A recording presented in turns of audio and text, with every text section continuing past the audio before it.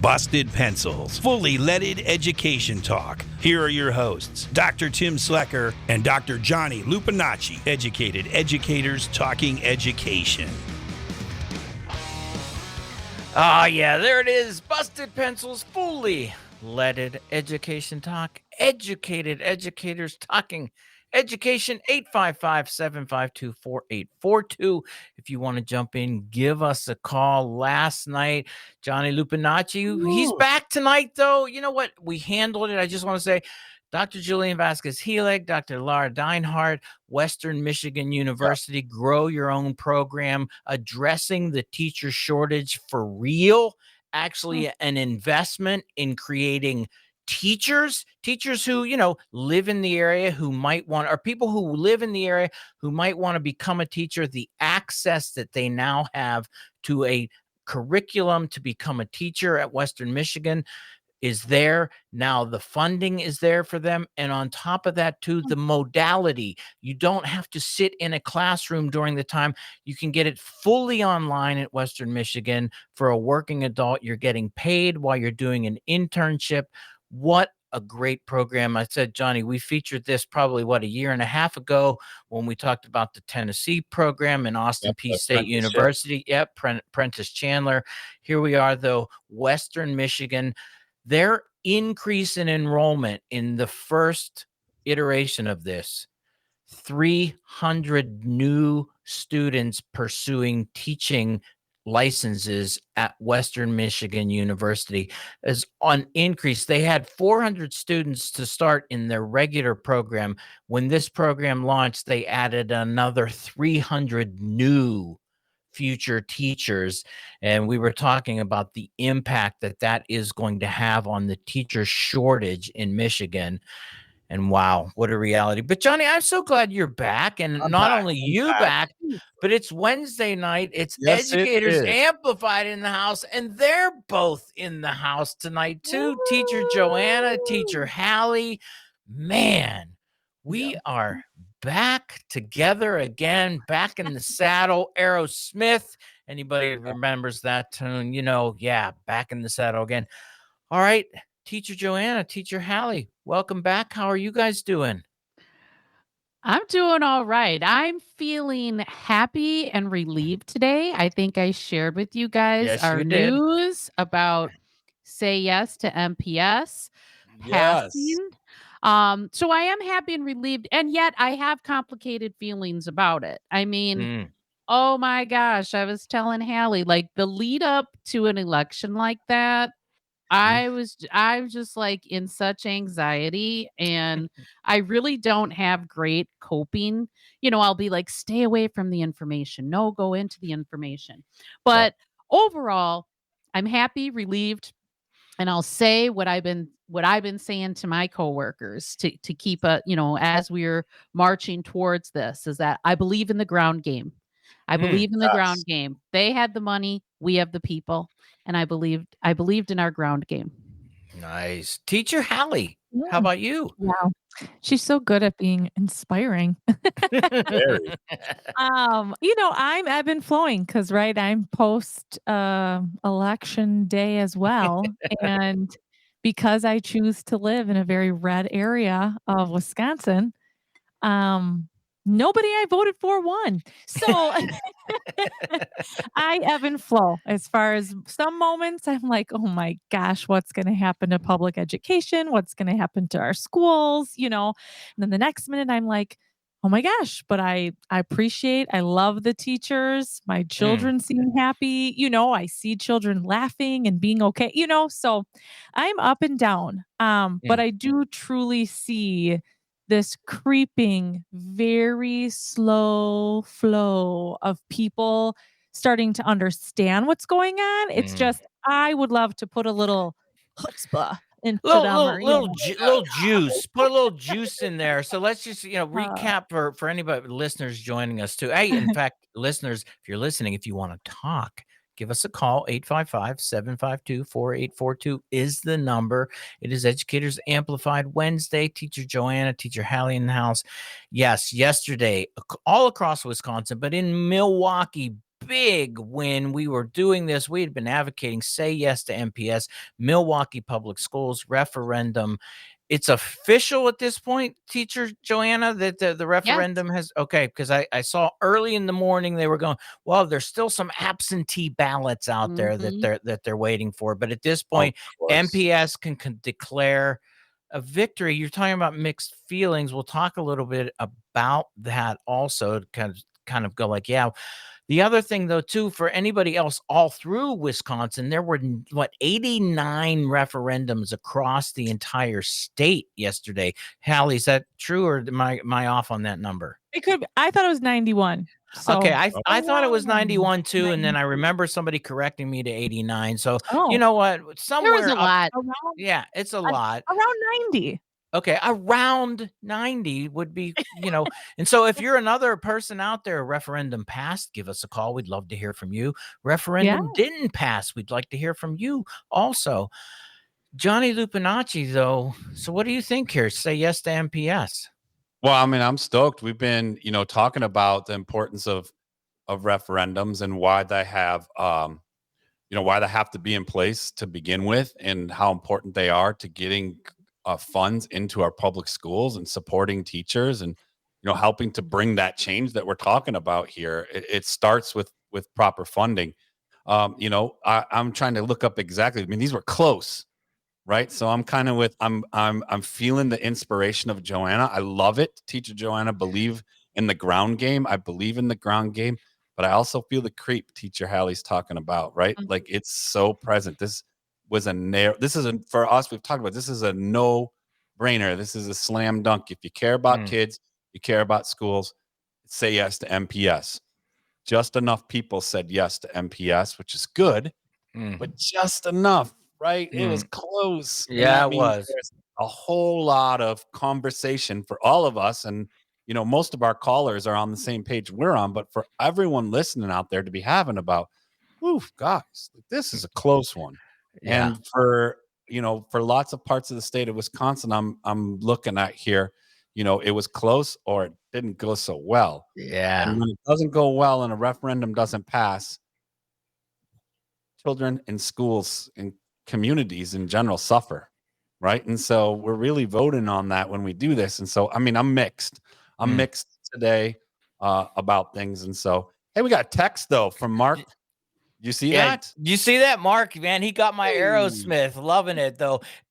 Made him think about, though, quote, doing all right, getting good grades, future so bright, gotta wear shades. Yeah. A little bit of classic, right? Teacher Hallie's like, you guys are weird, man. I can see it. I can see it all over her face. People are going, what do you mean you see it? It's radio. How can you see? Hey, if you're on the YouTube, on the Twitter, or on the Facebook, you can see us right now. So jump in there, man. Look at it. I tell you what, it's a sight. I don't know if it's a beautiful sight, or part of it's beautiful, but the other, I don't know. If you're watching it, the top half of this video is a bit disturbing. The bottom half, much better to do. Yeah, busted pencils. Yeah, busted pencils. Fully ray of sunshine to the bunch. Yeah, fully leaded education talk. Educated educators talking education. Wednesday educators amplified in the house. Teacher Joanna, Teacher Hallie. The number's 855-752-4842. And yeah, referendums all across Wisconsin. Some passed, some didn't. But the big MPS, Milwaukee Public Schools, yes, they did pass. And Joanna, you were talking about some mixed feelings, though. I mean, we're happy. Explain that a little bit to me. Help me understand. Well, my mixed feelings are that it did pass, as they describe, as narrowly. And so, and when I think back to, well, like I said, I went and did doors. And when I did doors, people were very supportive. But then there's obviously a group of people who aren't. Or even, I guess not even just people aren't. I am worried again that they need to hear Johnny's constant lecture on why you have one in the first place, because the questions can be like, well, what do they need the money for? Why? What do they want? So it's like almost like a kid. It can sound like a kid asking for some extravagant present and be like, well, why do they want that? Aren't they happy with the things that they have? And so to me, the question shouldn't be like, what do they want or what are they going to do with it? It needs to be more like, why is this continuing to happen? Why do we consistently hear that schools need money? Why do we consistently hear that students don't have what they need?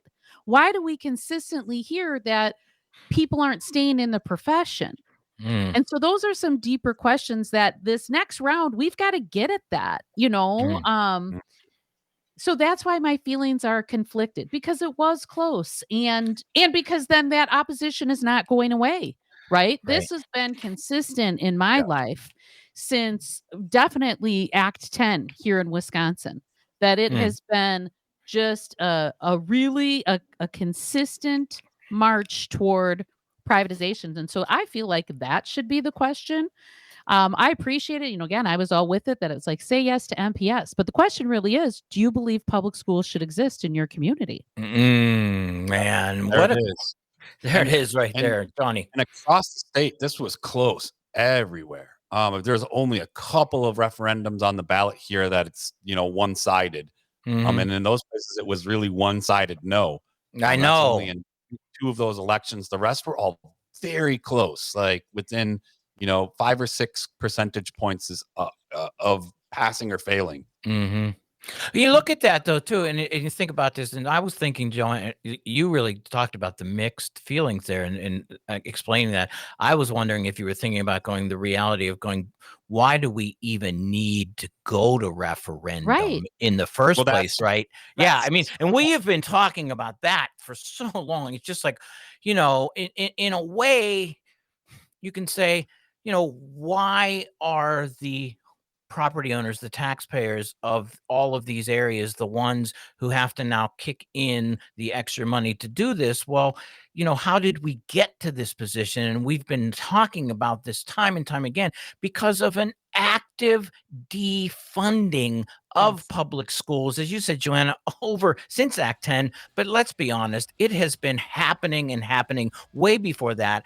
Active defunding of public schools to the point where it's like, okay, and then the laws are created so that the legislature can say, well, if you want any extra money, you're going to have to go back to the voters to ask their permission.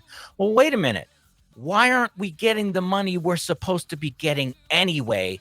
That's the question. And I want to put that out there. The number's 855-752-4842. Yeah, we create a scarcity when, hey, guess what? There are billions right now in reserve.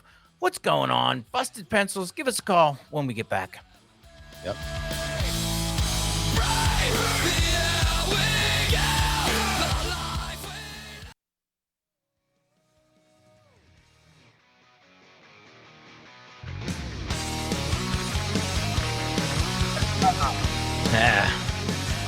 There it is. Johnny Lupinacci's excited coming into this one. Busted Pencils. Educated educators talking education, fully leaded. Yeah, fully leaded education talk. That's what we do here every Monday, Tuesday, Wednesday, Thursday, Friday. Civic Media, Busted Pencils. Wednesdays, though, Educators day. Amplified in the house. Teacher Joanna, Teacher Hallie. Yep. Bringing it, Sharon. We're doing a little reflection or soul searching or commiserating, just going, celebrating, though, let's be honest, celebrating the fact that it did pass. Saying yes to MPS did happen. So voters in the Milwaukee area listening, thank you out there for making sure, because as we said, this was not an extra give the teachers a little something more, a little bit. This was for funding for the essentials to keep the lights on. And there we go. Caller, Dr. Joanne is on the line. Joanne, how are you, our friend? I'm sharing in your joy right now, but I just have a suggestion. When there's a big bridge project or a big highway project, very often there's a sign saying this bridge or this highway was built with certain funds. I was just wondering, is there a way to reflect in the future that this referendum helped to fix the lights in a big auditorium, or this referendum helped to hire 3 more teachers? Maybe put a big sign so the voters know that there's actual results from what they voted for. I love that. I love that, Dr. Joanne. Thanks for bringing that up, because how great would it be to announce this football game on Friday night is brought to you by the voters of, that voted yes to MPS, or just making it clear that every time you drive past a public school and you see a sign, right, and you see kids out playing on the playground, or you have to slow down extra slow to go past that school's open because the voters passed the referendum. That's how really, Teacher Joanna put in the chat, right? It's this mixed feeling after a referendum, because it's celebratory and it's also the commiserating around how did we get here to where we've this orchestrated scarcity where we've underfunded so much that we have to go out and ask local folks for increased taxes in order just to keep things going, right? That's intentional. That is by design. And that puts all kinds of extra stress on those hundreds of teachers, Tim, that you were talking about. Like this is not different than what's happening in Kalamazoo or other places in Michigan, Wisconsin. Wisconsin is a canary in the coal mine for things happening all around the country. Right. And so, the conditions for teachers are really not good. Right. And that means also conditions for learners are not good. And they're made better because on the backs and the labor of teachers. Right. And so it's a mixed bag. We're like, yay, say yes to MPS pass. Thank goodness. Right. Let's celebrate every time we see a public school, because that is due to, in part, the fact that voters voted yes on MPS, or the referendums passed where they passed. I love Dr. Joanne's idea too about celebrating it and making it well known. Yeah, that's great. Yeah. Joanne, you like that? I could see you smiling as Joanne was talking. Yeah, well, because I think that is it. I don't think we do. I love the suggestion, and right, we don't do enough of acknowledging, and in this way, in a positive way, of what's really going on. And so people aren't aware. Like, right, I'm not sitting here thinking like people aren't aware because they're like dumb. I don't think that at all. I think it's related to the things that Joanne suggested, that we don't make it known. It's all kind of like taken for granted. And so it was a great suggestion. I also think, though, that this topic itself kind of weaves its way back to what you said you guys were talking about last night about programs to bring teachers in. I focus on, like, how do you get people to stay?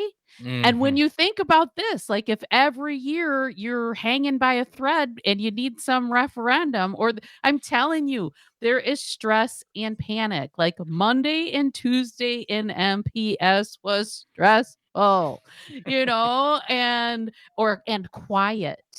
It's like you're all just like, ah. And then, so that really contributes to the conditions that new people are going to be coming into. So there's a lot of reasons why we got to get this all right. Yeah, we definitely have to. Teacher Hallie, got the look of concern across your face there. I got, hey, I just got to make sure that everybody, the listeners that are truly listening, I got to describe what I see. Okay, you guys are having such a great conversation.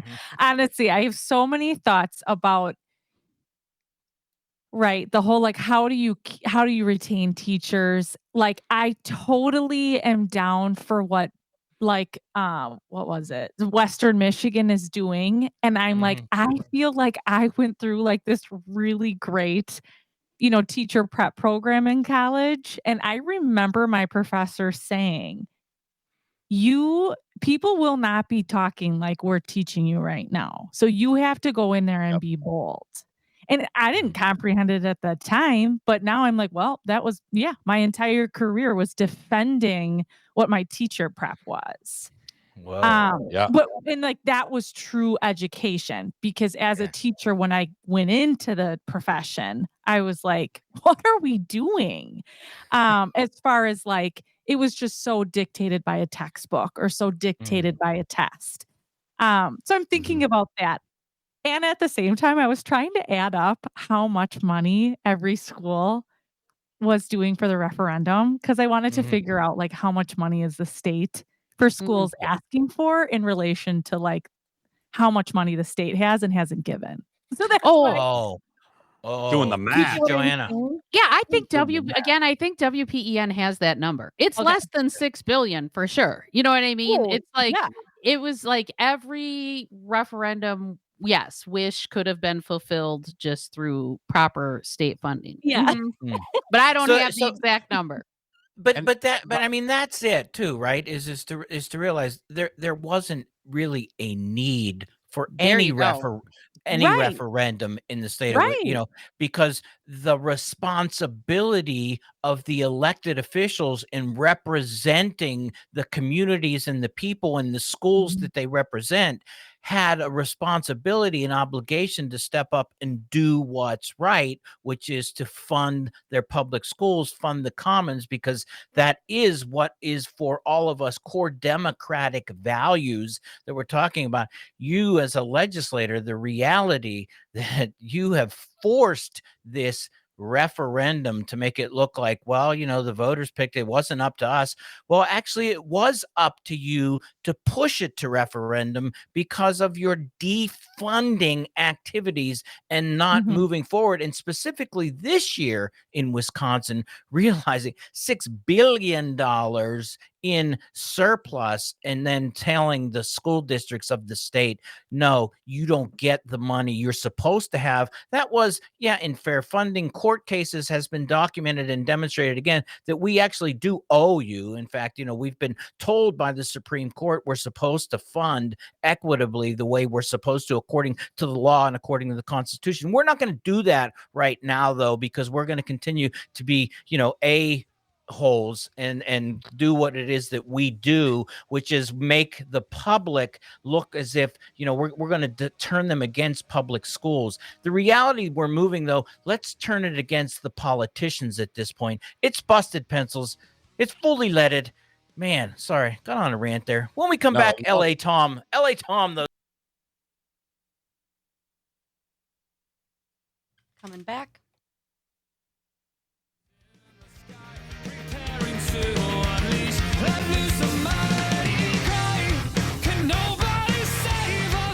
Yeah, I know. We can save you. That's what we do here.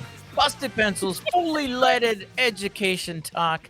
Educated educators talking education. Wednesday night, educators amplified in the house. Teacher Joanna, Teacher Hallie, celebrating the Say Yes to MPS. Although some schools, some school districts in the state of Wisconsin, the voters said no. We want to come back. We'll talk more about that. But LA Tom is on the line. LA Tom, what's happening, our friend?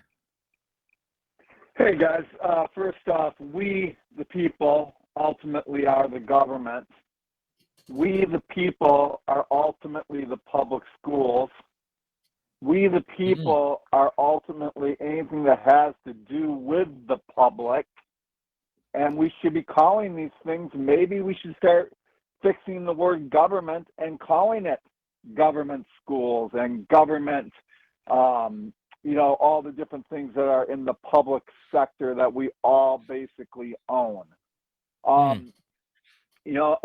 we just say we the people, whatever it is, because it's our tax dollars that are paying for it. I heard some calls today, people calling, oh, why does Milwaukee need more money? It's like, first off, these are people that weren't even calling from Milwaukee. Second off, it was they don't understand. They think that Milwaukee's just getting more and more and more money rather than the Republicans that are sitting on billions of dollars that could actually help out the actual economic engine of the state of Wisconsin by actually giving money to Milwaukee the way that they should be. If you want to hold people accountable to the money that you give them, fine. But you know what? This is for the basic necessities, and it's an investment. It is. I am a small business owner. When I look at something in advertising, I look at it as a return on my investment. If I put this in, what am I getting back? And that's what we need to be looking at in terms of education. Everything that we talk about should be about a return on investment. And I'm not talking about money investment. I'm talking about a future investment. I'm talking about public safety. I'm talking about everything that we do. I mean, I have a question. Actually, it's been bugging me a lot. Do people even Go for teach it. the nursery rhymes? Do people teach nursery rhymes anymore? The three little pigs about, basically, building a foundation full of bricks so the big bad wolf can't go and blow it down, and the little boy that called what was he called? Oh man, Wolf, the little boy one that kept Wolf? on doing what George, The boy who called Wolf. Cried Wolf? Are you talking about? The one that cried wolf, the way that George war criminal Bush did. I mean, I swear to God, there were reasons that they did these nursery rhymes. And the reason they did these nursery rhymes is so people could actually learn at a child age, like Piaget would say, in the concrete. So when they got older, they would actually understand it in the abstract. And it's not even that abstract.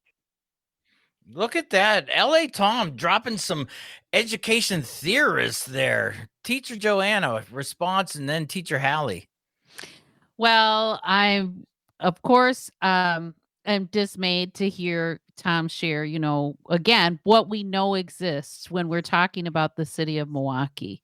I don't know even that we're talking about the specific issues other than the stereotype that's associated with our city. And that just made me think that when we were putting on the work, we were thinking the whole, like, we're going to focus on Milwaukee and we're going to put on the work, because a lot of the noise was from outside. And then when he was talking about nursery rhymes, honestly, I was trying to think, and I'm like, ooh, I don't know that, I don't know if that was in the Lucy Calkins reading series, that or if it's in any of the reading series that now are very limited for young people having access to. So I was more thinking about that. Hallie has younger kids. She might know.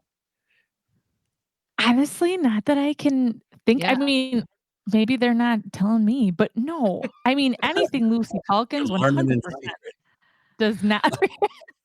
But come on, you little kids were doing nursery rhymes, right? I mean, we haven't cut out nursery rhymes in children's literature for little kids, have we? I mean, maybe we have in today's polarized world, because I'm sure somebody finds something offensive about naked pigs and having their houses blown down by big bad wolves. There's probably some sexual thing there that I don't see happening, that we would need to ban the Three Little Pigs, because I mean, I remember reading them, and for some reason they never had clothes on. So maybe that's a real issue there. Teacher Hallie, I see you now going into the phase of going, let me think about this. I am.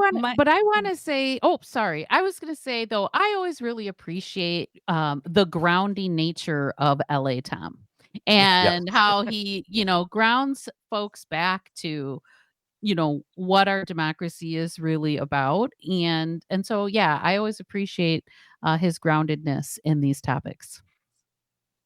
Hallie. I do too. Yeah, I do too. I always love, he's got his beginning sentence. Maybe it makes me think maybe I should come up with a slogan to say before I speak.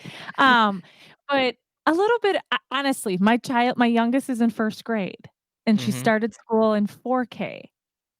I do not remember her doing nursery rhymes. And if I think about her school day to day, maybe they would have quote unquote allowed it in 4K, but definitely not 5K.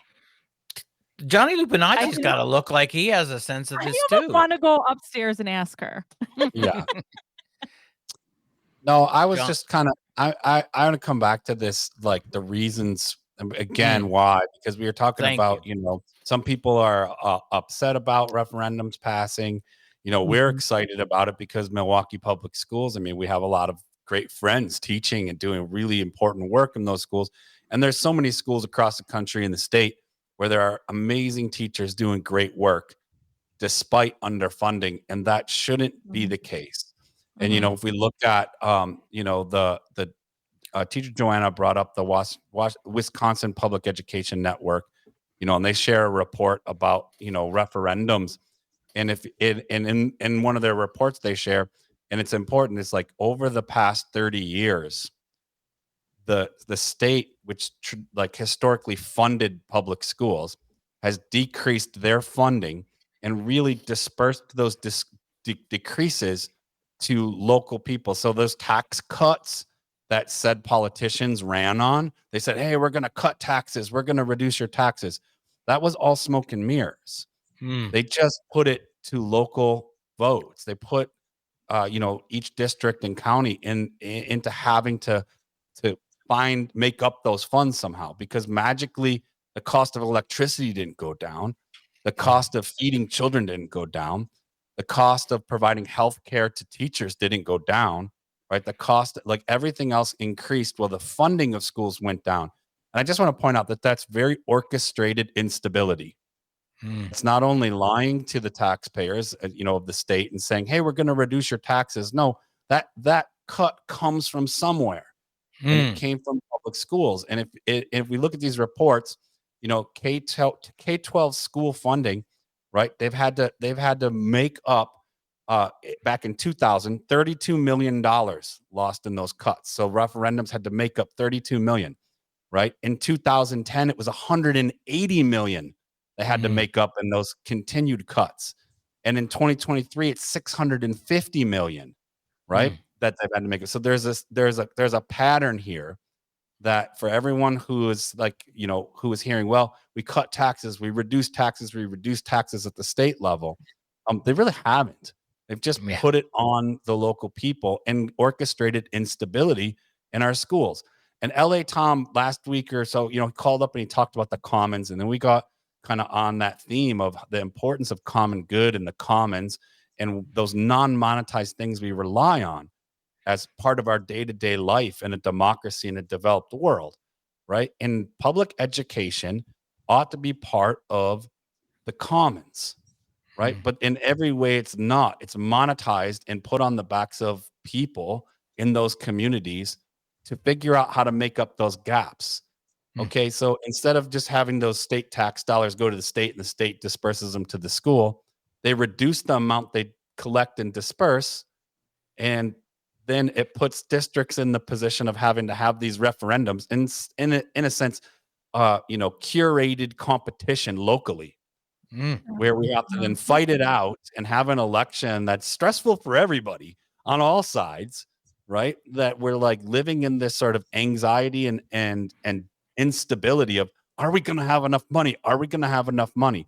And I think listeners can probably relate, even if you're not in education, your local industry, if you're a local business owner, it's increasingly more common that we're functioning in a state of, I think Teacher Joanna and Teacher Hallie point this out, is dysregulation. When we are every day having to think about where's the money going to come from in order to operate, right? That is not the commons. That is forced competition. That is orchestrated instability that has health impacts, that has real material loss for our communities. The quality of education can't be as high as we'd like it to be when everybody's stretched really thin. And that stretching isn't by like natural disaster or some natural occurrence. It's in every way, curated. It's orchestrated, and it's under the guise of, we're going to reduce property taxes. Like newsflash, we're just going to have that money have to come from somewhere else. It still has to come from somewhere. A curated catastrophe. I'm hearing that. I think too, what's interesting is looking into referendum information is pretty dry. You know what I mean? And understanding it can feel pretty complex to just your average taxpayer. And so I think that that's part of it too, that this is all really confusing, dry information. And so I think people can really either simplify and, oversimplify and just be like, do you want your taxes to go up or not? Instead of getting into this, the bigger picture. And as I'm really looking into all these referendum, it's reiterating what you're saying, Johnny, of right, the haves are asking for updates to their brand new buildings. The have-nots are asking for physical education, art, and music to still exist. That's what's really wild to me, even about these referendums. And that's why I think when people will be like, what is this referendum for? Especially for MPS, so that public education can exist. versus in other referendums, it's so that, and I'm not saying that these other schools shouldn't, but I'm like, right, we're already so separate, and this only further separates. You know what I mean? Well, no, which goes back to the state's constitutional obligation to fund public schools equitably, and the fact that this has been litigated all the way at the Supreme Court level to say that the state isn't living up to its constitutional duty because of, we said, the disparate funding that happens between schools that don't have and schools that already have, and saying that, you know what, actually, if we were funding Milwaukee public schools equitably, it would be in a different way. And so we create that. And, you know, Johnny's in this competition that we point out, you know, hey, the number's 855-752-4842. If you want to jump in, 855-752-4842, you know, caller, Teacher Joanna. I could see that look is like, I got something to say. Well, or more. No, I was noticing I have an awareness of myself, and I'm like, I love Johnny's explanation, and it's so good. And yet I notice that, like, my emotional state will kind of drift somewhere else to be like, this is where, again, I'll fall back on, like, I just want to teach. You know, I really do. Like, I'm surrounded by people who just love and care for children and are exceptionally talented and trained at helping kids develop healthfully and grow and build new skills. And so that, like, you guys, there's all the technical pieces and I understand it. And yet then there's the emotional social piece of it too, and literally just like emotional social, meaning like how I feel and then how I've got to go interact with everybody in my workspace, the kids, their parents, my other coworkers. Yeah, especially knowing that somebody is working to make that harder for you unjustly. That's absolutely, that's very devaluing. So how can we value our teachers and that great work they do? That's the question. We're gonna come back. Busted Pencils.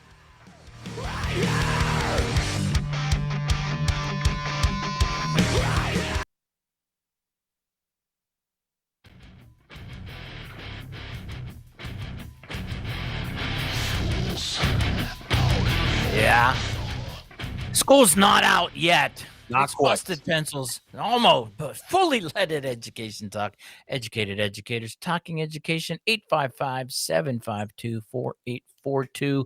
It's Educators Amplified Wednesday. They're in the house. Teacher Joanna, Teacher Hallie say yes to MPS. It went through. It happened. Yes, the voters said yes to MPS. And man, we have been having a rich conversation just on all of the things that this has brought up. You know, lots of different angles and ways to look at this, but kind of thinking about this, I was thinking about what you said, Joanna, about, you know, hearing Johnny kind of really go into the depths of understanding this, and you kind of as a teacher and the realization of saying, man, just let me teach. It reminds me, you know, when I was doing some work on asking, and this goes back to the shortage and the quote exodus. The reality is that we don't have a teacher shortage; we have a teacher exodus. And the number one, you know, I interviewed across the country well over 400 teachers about, you know, are they planning on staying? What's going to happen? And you know, at some point too, I'm going to be releasing a book that's going to go over all those, you know, those results. But I was able to sum up all of those 400 teachers said one thing simply: just let me teach. Just let me teach was the answer to how, would you stay? Yeah, if I was allowed to teach. Would you? Yeah, if I was allowed to focus on being an educator, if I was able to devote my soul the way I imagined when I wanted to become a teacher, could I live out that vocation of giving back, of doing better for students in front of me, for the community? That was always there. Oh man, Jack from Merrimack's on the phone. Jack, what's happening, our friend? Well, first thing is, I 100% agree. Just let me teach. Although I'm retired, I've been retired for about a decade, but I saw this coming. And when I did retire, about the same time Act 10 came in, what a coincidence. I noticed that a lot of things kept on happening. The public schools it's demanded that they teach to tests, that they have so many days a year of testing, sometimes both semesters, that we had our students out of our classes testing. Of course, every study I've seen shows that more classroom time equals more learning. Then there's within Act 10, since teachers have no control over their conditions of employment, I saw 4 days a week where teachers were called in. Classes started at 8. They had to be in meetings at 7, which let out between 7:45 and 7:50. You barely had time to get to class, much less. So if you wanted to actually teach and prepare for your teaching, you had to be in 6:30. I was in the lab at 6:30 anyway regularly because I taught sciences, but not everybody did that. Not everybody made that choice. But the thing that really galls me about this whole thing, there is money there. You've already covered that. What really hacks me off is the unreasonable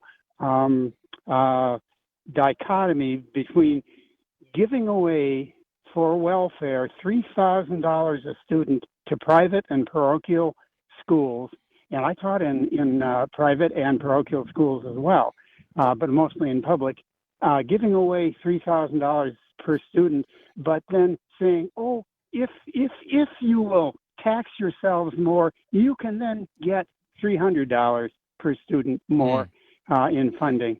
That to me is just an ultimate outrage. Somebody really should take that to court and point out that you talk about unequal. I mean, equal, what was it? Equal but separate is inherently unequal. And boy, it sure is in this case. It absolutely is, Jack. Man, I tell you right there, dropping it's like the reality of where we should be thinking about this. And again, I'll refer to Teacher Joanna because I can see her and I can see that look. Well, it's always great when you have a fellow educator to relate with. So I appreciate Jack from Merrimack calling in and sharing that. And that just though twisted my mind back to again where we've been weaving in and out of this conversation about he described conditions for teachers, right? And this idea of having to be there early and your time, and you're not compensated for that, and that you really don't have time to adequately prepare. And it's part of that orchestrated chaos, honestly. I think that Johnny talks about.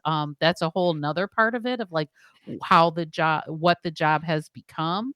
So yeah, I was just really thinking about that. And like, I appreciate Jack sharing because anytime we get out the reality, it helps people have a better awareness and deeper understanding. And thank you, Jack, for being a teacher and a caller and a listener.